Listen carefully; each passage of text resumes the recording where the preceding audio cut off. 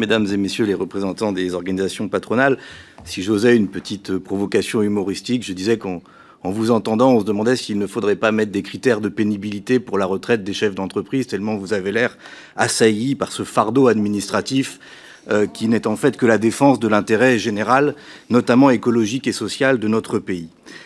Dans le rapport sur la perte de souveraineté industrielle que je viens de rédiger avec deux de mes collègues, nous pointons des difficultés véritables de l'économie française, le prix de l'électricité, la concurrence déloyale et l'absence de protectionnisme sur un certain nombre de filières stratégiques, l'absence de visibilité d'un certain nombre de filières ou des va-et-vient législatifs et réglementaires qui ne sont pas compatibles avec l'exigence de rentabilité à court terme de certains, notamment dans les plus grandes entreprises de vos actionnaires, et puis aussi la faible part laissée aux salariés dans l'orientation des entreprises. Et de ce point de vue-là, je voudrais vous entendre sur la modification qu'a apportée le Sénat sur la suppression de l'information des salariés en cas de cession de l'entreprise, alors que nous croyons au contraire que c'est une manière pour nous de faire reprendre par les salariés un certain nombre d'entreprises, notamment lorsqu'un chef d'entreprise part à la retraite, que c'est une manière de conserver l'outil de travail, le savoir-faire, et que cette suppression de l'information des salariés est un mauvais coup porté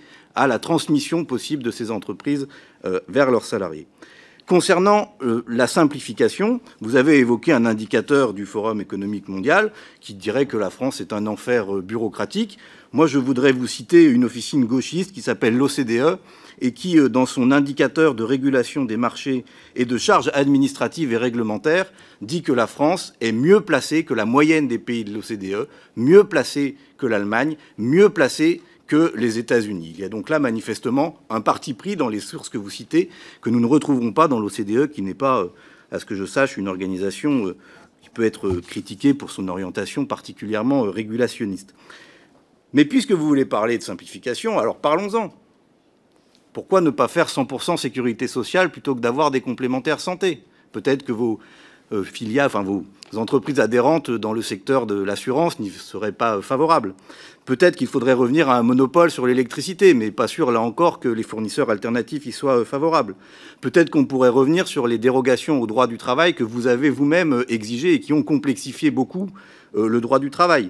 Je peux vous donner un point, Monsieur Martin, sur le chantier de la 69. Oui, il est absurde d'arrêter un chantier quand il a commencé. Mais il est encore plus absurde de commencer un chantier qui est illégal. Et donc, le chantier de la 69 n'aurait jamais dû commencer.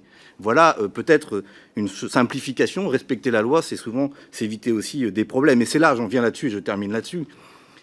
Un grand nombre d'entreprises se sont engagées dans le respect de cette réglementation, dans les reportings extra-financiers, se sont même parfois transformées en entreprises à mission, veulent être vertueuses. Et en quelque sorte, la simplification, bien souvent, aboutirait à une dérégulation qui serait une prime aux mauvais élèves, en quelque sorte, et pas aux entreprises les plus vertueuses. Je ne suis pas sûr que la trumpisation soit l'avenir de l'économie et du patronat français.